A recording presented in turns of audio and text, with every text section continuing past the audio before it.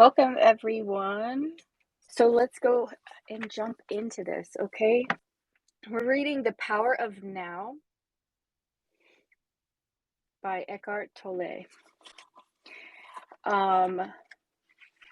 He does have in this book, the contents here. He has a preface.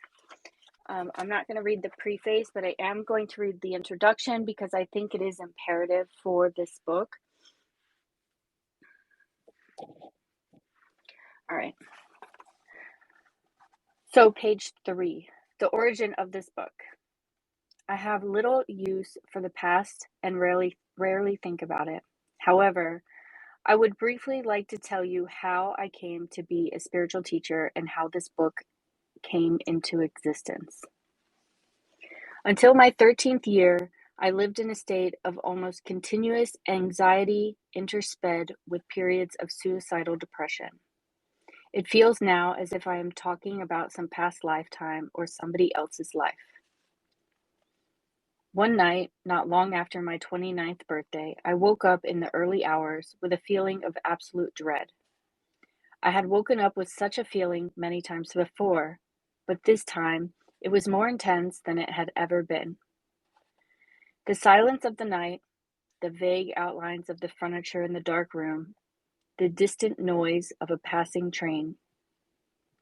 Everything felt so alien, so hostile, and so utterly meaningless that it created in me a deep loathing of the world.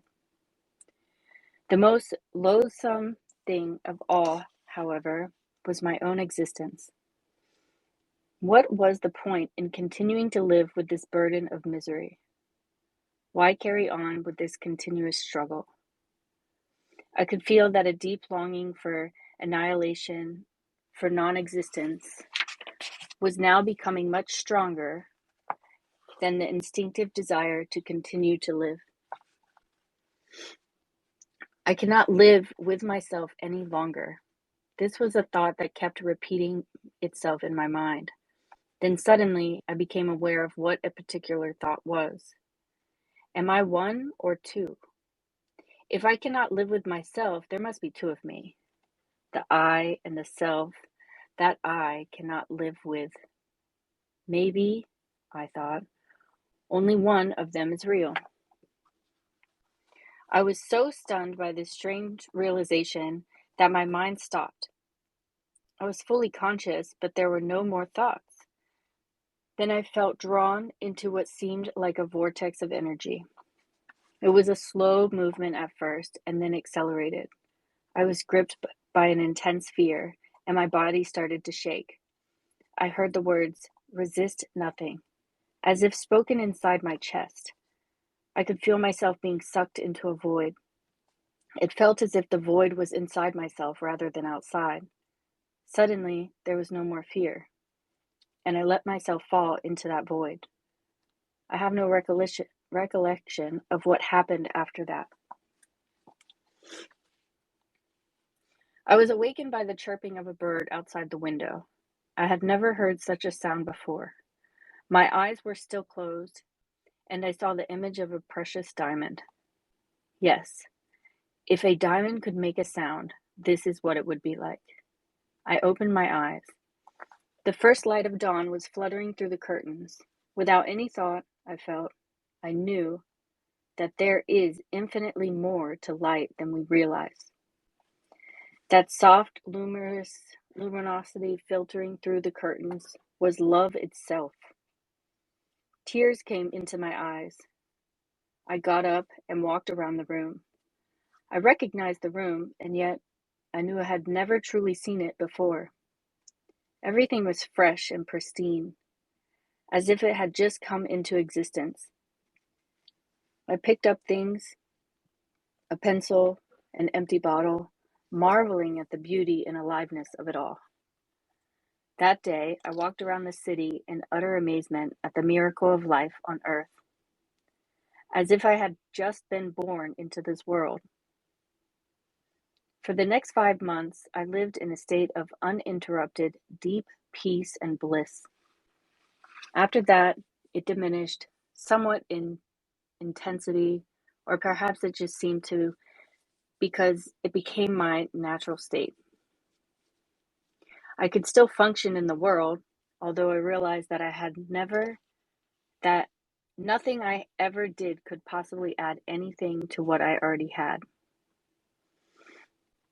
I knew, of course, that something profoundly significant had happened to me, but I didn't understand it at all. It wasn't until several years later, after I had read spiritual texts and spent time with spiritual teachers, that I realized that what everyone was looking for had already happened to me. I understood that the intense pressure of suffering that night must have forced my consciousness to withdraw from its identification with the unhappy and deeply fearful self, which is ultimately a fiction of the mind. This withdrawal must have been so complete that this false suffering self immediately collapsed, just as if a plug had been pulled out of an inflatable toy. What was left then was my true nature as the ever-present I am, consciousness in its pure state prior to identification with form. Later, I also learned to go into that inner timeless and deathless realm that I had originally perceived as a void and remain fully conscious. I dwell in states of such indescribable bliss and sacredness that even the original experience I just described pales in comparison. A time came when for a while I was left with nothing on the physical plane. I had no relationships, no job, no home, no socially defined identity. I spent almost 2 years sitting on a park benches in a state of the most intense joy. But even the most beautiful experiences come and go. More fundamental, perhaps, than any experience is the undercurrent of peace that has never left me since then. Sometimes it is very strong, almost palpable, and others can feel it too. At other times, it is somewhere in the background, like a distant melody. Later, people would occasionally come up to me and say, "I want what you have. Can you give it to me or show me how to get it?" And I would say, "You have it already. You just can't feel it because your mind is making too much noise." That answer later grew into the book that you are holding in your hands. Before I knew it, I had an external identity again, and I had become a spiritual teacher.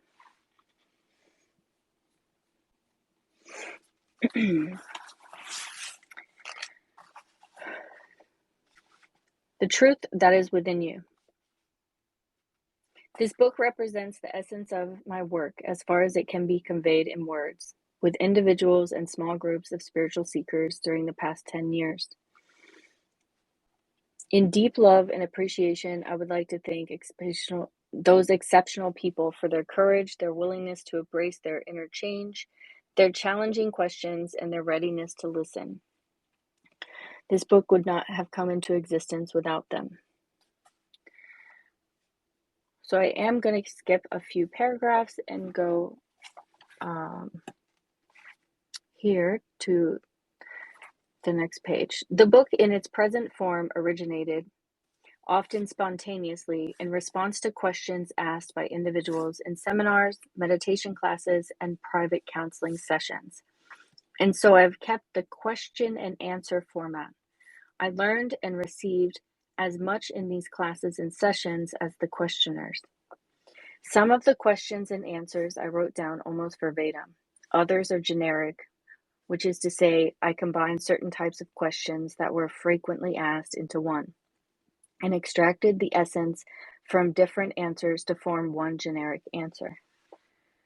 Sometimes, in the process of writing, an entirely new answer came that was more profound or insightful than anything I had ever uttered. Some additional questions were asked by the editor, so as to provide further clarification for certain points. You will find that from the first to the last page, the dialogues continuously alternate between two different levels. On one level, I draw your attention to what is false within you. I speak of the nature of human unconsciousness and dysfunction, as well as its most common behavioral manifestations, from conflict in relationships to warfare between tribes or nations. Such knowledge is vital, for unless you learn to recognize the false, as not you, there can be no lasting transformation, and you would always end up being drawn back into illusion and into some form of pain. On this level, I also show you how not to make that which is a false into you.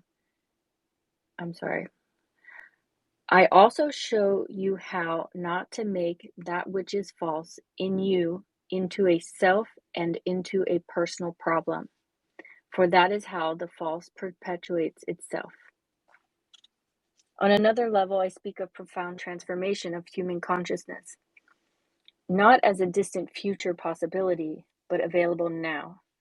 No matter who or where you are shown how to free yourself from enslavement to the mind, enter into this enlightened state of consciousness, and sustain it in everyday life.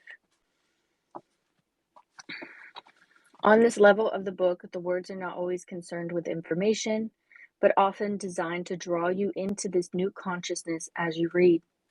Again and again, I endure you to take you with me into that timeless state of intense conscious presence in the now, so as to give you a taste of enlightenment. Until you are able to experience what I speak of, you may find these passages somewhat repetitive. As soon as you do, however, I believe you will realize that they contain a great deal of spiritual power, and they may become for you the most rewarding parts of the book. Moreover, since every person carries the seed of enlightenment within, I often address myself to the knower in you who dwells behind the thinker, the deeper self that immediately recognizes spiritual truth, resonates with it, and gains strength from it.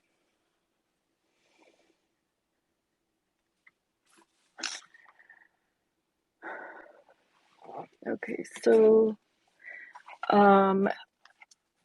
basically right now he's just talking about the book and how he reads through the book, and how you're going to read through the book. So if you have the certain book in your hand, this is a great book to start with, because there are moments where we need to pause, we need to absorb what he's speaking about and discuss it. So this is really going to open us up to that. The book is based off of questions and answers. So very much throughout the book, there are questions, and then he goes in to answer them. And that's basically what we just read about. He continues to say here, don't read with the mind only. Watch out for any feeling response as you read and a sense of recognition from deep within. I cannot tell you a spiritual truth that deep within you do not already know. All I can do is remind you of what you have forgotten. Living knowledge, ancient and yet ever new, is then activated and released from within every cell of your body. The mind always wants to categorize and compare, but this book will work better for you if you do not attempt to compare its terminology with that of other teachings. Otherwise, you may become confused. I use such words as mind, happiness, and consciousness in ways that do not necessarily correlate with other teachings. Do not get attached to any of the words. These are only stepping stones to be left behind as quickly as possible. When I occasionally quote the words of Jesus or the Buddha from A Course in Miracles or from other teachings, I do so not in order to compare, but to draw your attention to the fact that the essence there is and always has been only one spiritual teaching, although it comes in many forms. Some of these forms, such as ancient religions, have become overlaid with extraneous material matter, that their spiritual essence has become almost completely obscured by it. To a large extent, therefore, their deeper meaning is no longer recognized, and their transformative power is lost. When I quote from the ancient religions or other teachings, it is to reveal their deeper meaning and therefore restore their transformative power, particularly for the readers who are followers of these readings, religions, or teachings. I say to them, there is no need to go elsewhere for the truth. Let me show you how to go more deeply into what you already have. Mostly, however, I have endeavored to use terminology that is as neutral as possible in order to reach a wide range of people. This book can be seen as a reinstatement for our time of that one timeless spiritual teaching, the essence of all religions. It is not derived from external sources, but from the one true source within. So it contains no theory or speculation. I speak from inner experience, and if at times I speak forcefully, it is to cut through heavy layers of mental resistance and to reach that place within you where you already know, just as I know, and where the truth is recognized when it is heard. There is a feeling of exaltation and heightened aliveness as something within you says, yes, I know this is true. All right, so we're going to take a break here before we jump into chapter 1. Does anybody have anything they want to discuss from that? Welcome, Arielis. I'm going to drink some water real quick.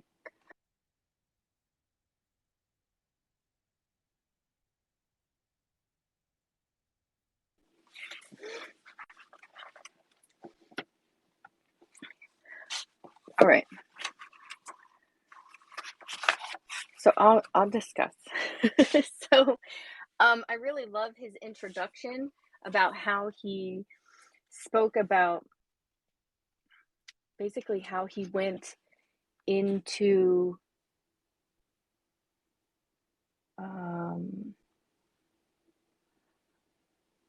sorry. There we go.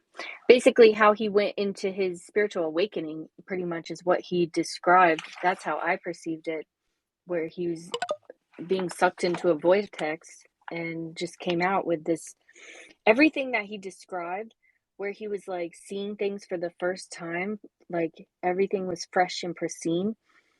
That's literally how I felt after, like, you know, really finding myself and going and sitting with source. That's how I felt. Like everything, it's like all of a sudden, like everything's just new. And when I'm really deep into meditation, like that definitely carries on.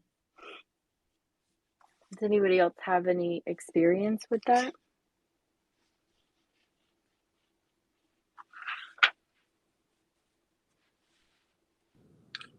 Hello, can you hear me? Yes. Hello. Hey, how are you? So, there was a quote. I don't remember what the quote was, but he said, "There's nothing that I can't tell you that your like your spirit doesn't already know," or something like to that fact. I know I'm paraphrasing, but man, that resonated with me so much because, like, as I've grown and in my journey, like, there's things that I just know. I have a feeling inside of me, like I knew this already, like, or when I come across like some knowledge or something that I know that I have to pay attention to, or that really like it like sticks with me. Yeah, I really love that quote that he said. I was trying to find it for sure in here. But yeah, like once you really, like, when somebody's talking to you, right? Or yeah, when you learn something new and you just know it's true, like you feel it within your body. Here it is. Is this it? No, I was trying to find it. I should have highlighted it. It's a good one. It's when people say, "Can you give it to me or show me how to get it?" You have it already. You just can't feel it because your mind is making too much noise. I don't think that's it. But yes, I like that one as well.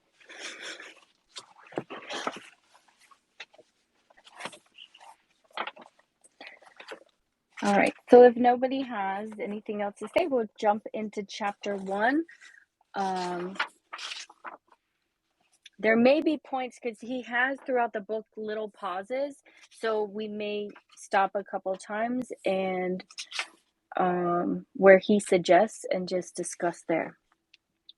So chapter 1, page 11, if you're reading along, Eckhart Tolle, The Power of Now. You are not your mind. The greatest obstacle to enlightenment. Enlightenment, what is that? A beggar had been sitting by the side of a road for 30 years. One day, a stranger walked by. Spare some change, mumbled the beggar, mechanically holding out his baseball cap. I have nothing to give you, said the stranger. Then he asked, what is that you're sitting on? Nothing, replied the beggar. It's just an old box. I've been sitting on it for as long as I can remember. Ever look inside? Asked the stranger. No. What's the point? There's nothing in there.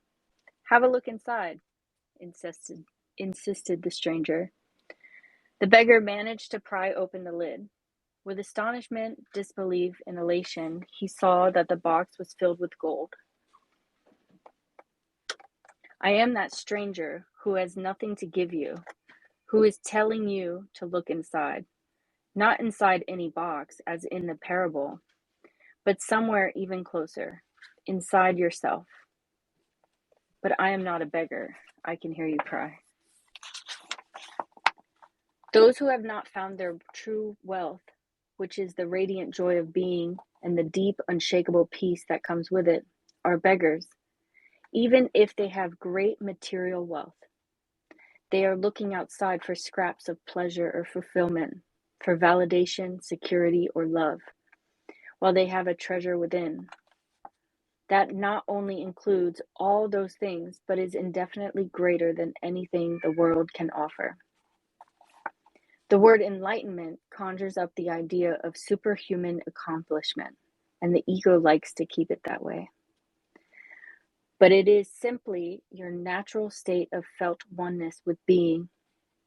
It is a state of connectedness with something immeasurable and indestructible, something that, most paradoxically, is essentially you, and yet is much greater than you. It is finding your true nature beyond name and form. The inability to feel this connectedness gives rise to the illusion of separation from yourself and from the world around you. You then perceive yourself, consciously or unconsciously, as an isolated fragment. Fear arises, and conflict within and without becomes the norm. I love the Buddha's simple definition of enlightenment as the end of suffering. There is nothing superhuman in that, is there? Of course, as a definition, it is incomplete. It only tells you what enlightenment is not, no suffering. But what's left when there is no more suffering? The Buddha is silent on that, and his silence implies that you'll have to find out for yourself. He uses a negative definition so that the mind cannot make it into something to believe in or into a superhuman accomplishment, a goal that is impossible for you to attain. Despite this precaution, the majority of Buddhists still believe that enlightenment is for the Buddha, not for them, at least not in this lifetime. You use the word being. Can you explain what you mean by that? Being is the external, ever-present one life beyond the myriad forms of life that are subject to birth and death. However, being is not only beyond, but also deep within the form as innermost invisible and indestructible essence. This means that is accessible for you now as your own deepest self, your true nature.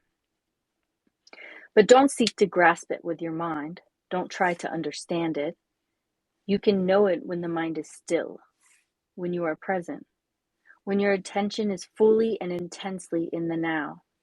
Being can be felt, but can never be understood mentally. To regain awareness of being, And to abide in that state of feeling realization is enlightenment. So there is a pause here. Does anyone have anything they'd like to share?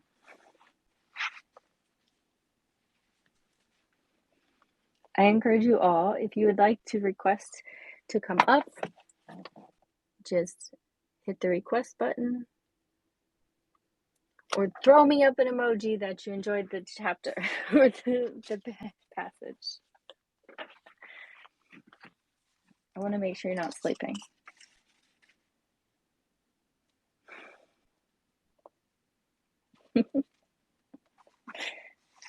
There we go. There we go. Okay, we're awake. All right, perfect. All right. So I'll continue reading. When you say being, are you talking about God? If you are, then why don't you just say that? The word God has become so empty of meaning through thousands of years of misuse. I use it sometimes, but I do so sparingly. By misuse, I mean people who have never even glimpsed the realm of the sacred, the infinite vastness behind the word. Use it with great conviction, as if they knew what they were talking about, or they argue against it, as if they knew what it is that they are denying. This misuse gives rise to absurd beliefs, assertions, and egoic delusions, such as my or our God is the only true God, and your God is false.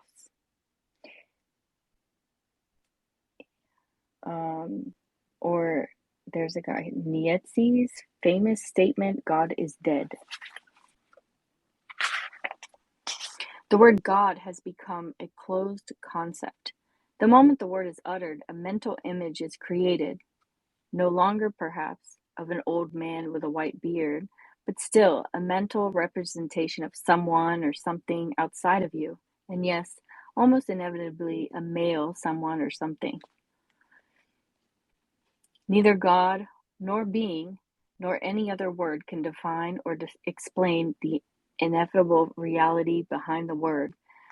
So only important question is whether the word is a help or a hindrance in enabling you to experience that toward which it points. Does it point beyond itself to that transcendental reality? Or does it lend itself too easily to becoming no more than an idea in your head that you believe in, a mental idol? The word being explains nothing, but nor does God. Being, however, has the advantage that it is an open concept. It does not reduce the infinite invisible to a finite entity. It is impossible to form a mental image of it. Nobody can claim exclusive possession of being. It is your very essence, and it is immediately accessible to you as the feeling of your own presence. So the realization I am, that is prior to I am this or I am that. So it is only a small step from the word being to the experience of being. Now we'll pause here.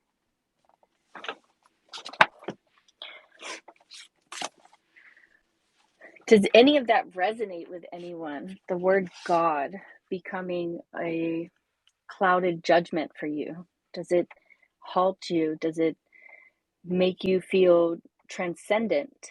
Or does it bring up resistance? Man, I get heavy resistance from that word. Just because I grew up, I've gone through so many changes in my spiritual journey, starting with Catholicism, then Christianity, and then just like freeing myself from any system and then actually like being spiritual and not being ran by customs and courtesies and religions and because that's all I knew. And so for me for a long time it was that guy up in the sky that was judging me whether I was good or bad. And so um it took a long time to transition into what it is now, which is just everything and just energy. Um, yep. I agree 100%. Even when I was trying to find myself and find all these different like what it is, like I visited churches and stuff like that. My grandmother, we went to church with her. She's Protestant Baptist, and I just always felt resistance saying the word God, and it isn't because it's um anything negative I was taught about it, but it's just the negative things from society that I picked up. Jasmine, welcome to the stage. You can Hello. unmute and share. Hi, thanks for Hi. joining us. Of course. I'm happy to be here. I agree too. Like, wow, when I hear the word God, I feel resistance because same thing. I was brought up saying that I was, being judged by the guy in the sky. So, I mean, I've learned to look at it in like a different way now. You know, I know that everybody calls it different, God, source. But yeah, I still have a lot of resistance around that word. Yeah, I agree. And it's interesting. I've found myself like even saying the word source to certain people who I know are very religious and follow that, they'll kind of look at me sideways and they're like, "What are you talking about?" And I'm like, "God." You know? Like it's interesting how different groups like associate with words and stuff like that. What words trigger people and what words don't, especially when it's around the word God, which is such a powerful word. Um, but it just has so much taint around it, just it's just so stained over the years, exactly what he's saying. But also, like, I grew up Catholic, which it's like God, but then there's, the Holy Trinity, and it's not just God. It's supposed to be one spirit, but it's really three in one, So it was something very confusing for me growing up. Wow. Extremely. And then looking at priest also as um like a higher I don't know, like a higher position or something, because we had to go and confess to another man. To me, it just never made a lot of sense to go and have to confess to another man, that lives like me and does things like me, and it was extremely confusing. And then, or I even remember my transition into Christianity after that. My daughter was born, and I didn't baptize her. And man, for like Catholics, oh man, especially my mom, it was driving her nuts that I wouldn't baptize my daughter. And I just had a different set, some at that point different insight on how I wanted, uh, to move forward in at that time in my religion, because I had just moved into another religion, but it, my mom took me to a Catholic priest when I agreed to speak to him, and he said that my daughter wouldn't be allowed into heaven because she wasn't baptized. And so it was just, you know, they have these customs and these courtesies, and if you don't follow them, then you're not in alignment with that. And it was very confusing to have this very loving God and this welcoming God, but then if you don't do these things, then that's it, you're out, you're done. Wow, that's intense. I would have been like, Yes. what? Yeah. It's been one of the most oppressive forces throughout history, like religion and God, and it's been, like you said, it's been tainted, been stained. Really, it's got a really bad taste along throughout history. But then also with being Catholic, it was not just about God. We did have the Virgin Mary, and I did have to go to Bible study, and they would make us kiss a statue before we went to class. Um, just thinking back on all this to like where I'm at now is just it's crazy. It's really crazy. Yeah, I went. when I was younger, I used to go to different churches and stuff like that. I would always end up sleeping. I would get in trouble all the time for sleeping in church. I mean, it was Um, really long, like to sit there and listen to them. And if they were singing or we were reading from the Bible, it's a lot. I I remember think the like most in, frustrating. I'm sorry. go ahead, go ahead. I was gonna say the most frustrating for me in Catholic church was it was the same thing every Sunday except for 30 minutes. It was the same prayer: stand up, sit down, kneel, stand up, sit down, kneel. The same, Right. except for the 30-minute sermon. And I was like, man, we're not really like I wasn't learning anything. It wasn't like that's what when I switched over to Christianity at that moment at that point it was so refreshing because they were actually reading the Bible that we would bring in, and I was like, oh, okay, so they really read it. All right. My mom went years.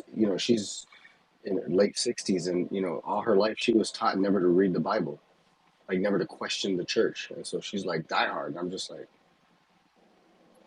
it's crazy to me.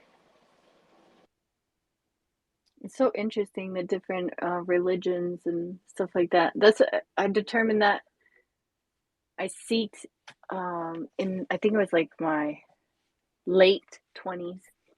I went back to church seeking, you know. I didn't know what I was. Now I know I was seeking for myself. And I was in a church that my grandmother went to, and it was near my house or whatever. And I was like, okay, I'm getting something out of it. I would just listen to what they were doing, the songs and stuff. I'm like, man, I'm just gonna stay here. I'm not gonna sing and dance. But then like listening to the sermon and stuff like that, I would get a few messages, but then it was just, I remember the one time he came through and they're like, you have to give money, you have to give money. And I'm like struggling. I'm like, man, I don't even know where my next meal is coming from. You want me to give money to you guys? Like, what are you talking about? And it was like the ridicule. I was just like, so remembered all of a sudden, like, what am I doing here? I was like, whatever I'm seeking is not in a building. Like, it's not like this. And I think that was the last time I stepped into a church. And then I just started seeking elsewhere. And so it is totally different. I'm glad I experienced it. I'm glad I didn't experience some of the things you guys experienced. But all right, Christine wants to is requesting to come up. Um, my experience was actually really similar to that. I wanted, to, I guess, I was raised Christian and I started seeing things a little differently. And then now as an adult, I said, well, I kind of detoured a little from all of that stuff. Let me kind of jump back in and see how it goes. And when I walked into the church, I was just kind of keeping to myself and trying to, familiarize myself with everything again and all this. And they're like, oh, you have to donate and you have to give. And then I'm like, okay, I understand, whatever. And then they start doing their songs and stuff. And all the songs are like the songs that you hear like on Power 96 and Y100. And I'm like, wait a minute. I don't think that's very godly. So then I started to question things, and I'm like, hold on. And then after some research and stuff, I realized that it wasn't for me because I didn't feel like it aligned with me. So, yeah.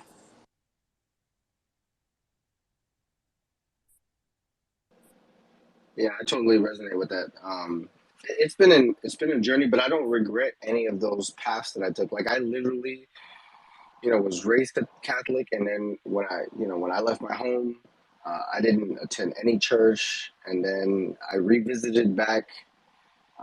Somebody invited me to a Christian church, and then that's kind of what started that journey. And I went to Presbyterian, to Baptist, to organic, to house church, Spanish church, like everything. It was I was really searching for God, and so I just I did I felt like I got what I needed out of each place, which was just like insight and more just, I was really looking. And so, that journey has just led me to, where I'm at now, where I feel like well, I don't feel, I know I'm completely free from those systemic type of religions. And so now for me, I've lived more free and spiritual like the past 3 or 4 years than I have in any of those systems.